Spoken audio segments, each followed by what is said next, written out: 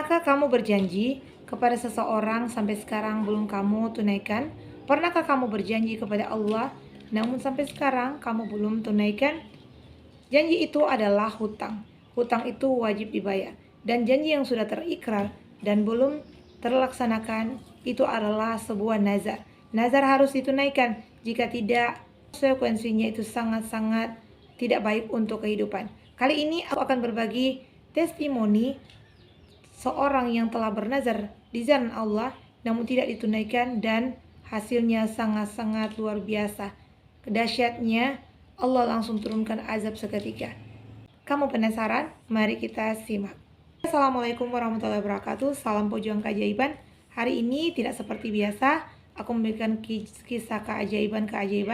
Namun hari ini aku akan membagikan seputaran kisah dari seseorang yang telah berjanji di atas namakan Allah, namun nazarnya tersebut tidak ditunaikan sampai waktu yang telah ditentukan. Alhasil, semua menjadi berantakan.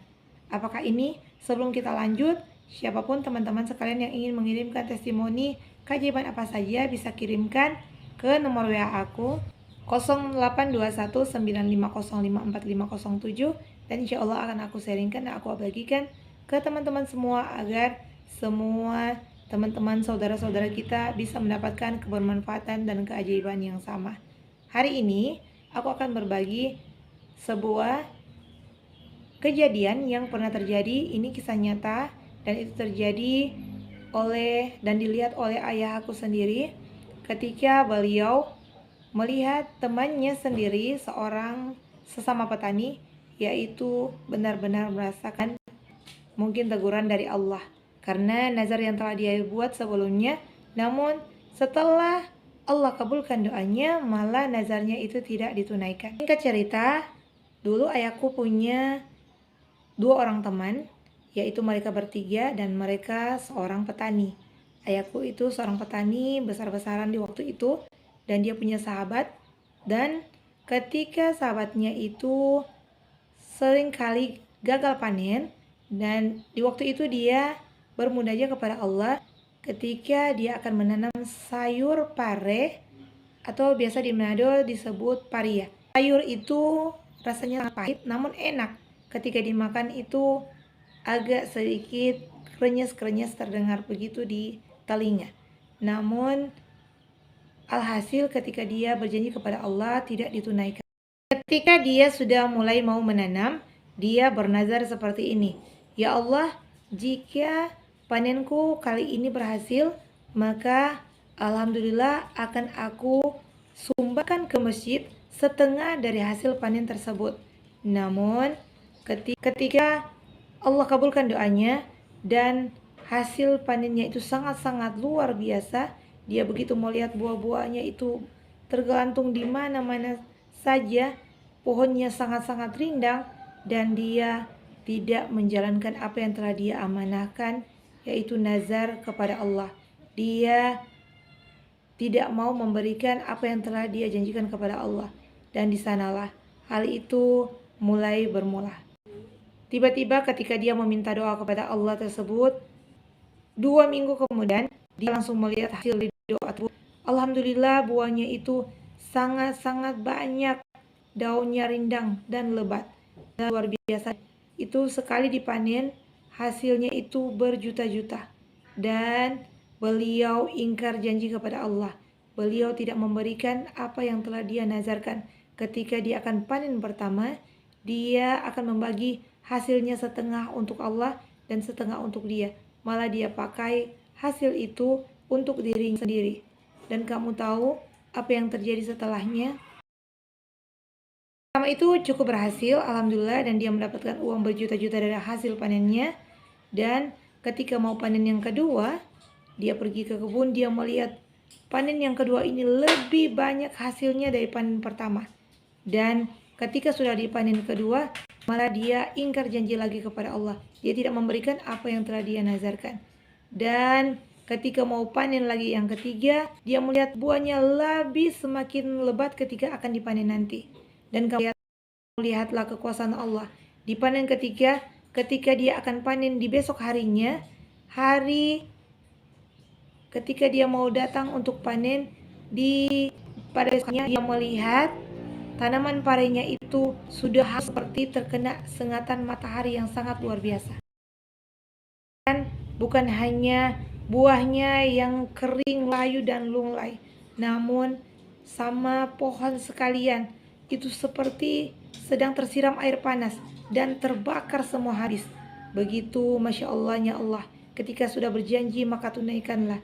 Jangan ketika kita sangat dalam kesulitan kita bernazar kepada Allah, dan alhasil ketika Allah mendatangkan segala kebaikan-kebaikan yang kita minta, hajat-hajat kita dipenuhi, malah kita ingkar kepada Allah.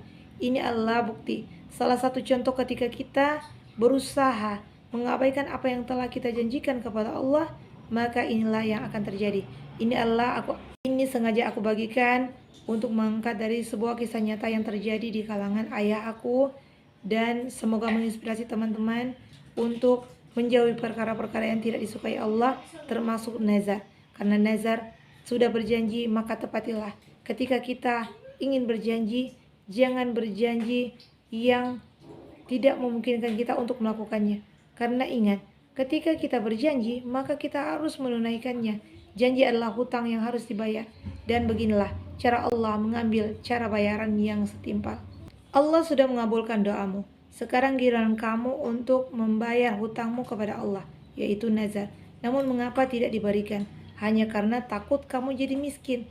Allah yang memberikan. Kenapa kamu takut harus berjalan di jalan Allah? Kenapa kamu harus takut untuk meminjamkan di jalan Allah? Karena Allah akan menggantinya dengan lebih baik tentunya. Coba di saat itu beliau memberikan apa yang beliau nazarkan, yaitu di panen pertama beliau akan memberikan separuh untuk dan separuh dia.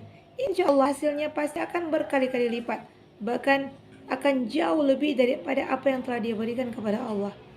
Tapi sesungguhnya manusia itu akan lupa dengan apa yang telah dia janjikan kepada Allah. Namun Allah sungguh penerima taubat. Alhamdulillah setelah hari itu beliau merasakan kedahsyatannya apa yang telah Allah murkakan, dan alhamdulillah beliau bertobat. Dan beliau langsung melakukan mandi tobat, sholat tobat, dan langsung memberikan makanan kepada 10 orang. Begitulah nazar yang tidak bisa ditunaikan. Maka berusahalah untuk memberi makan 10 orang dan membagikan harta-harta yang apapun yang kamu bisa berikan kepada orang-orang tersebut. Insya Allah dosa-dosamu akan diampuni. Ingat, ketika kamu memiliki segala sesuatu, janganlah berjanji namun kamu tidak bisa menepatinya. Ingat, janji adalah hutang yang harus kamu bayar, dan janganlah sesekali kamu membuat Allah murka kepadamu karena janji-janji yang tidak kamu tepati. Nazar adalah segala sesuatu yang kita lakukan, yaitu bentuk ikhtiar kita untuk menyebut rezeki. Ketika rezeki datang malah kita tidak mensyukuri, malah kita kufur nikmat kepada Allah.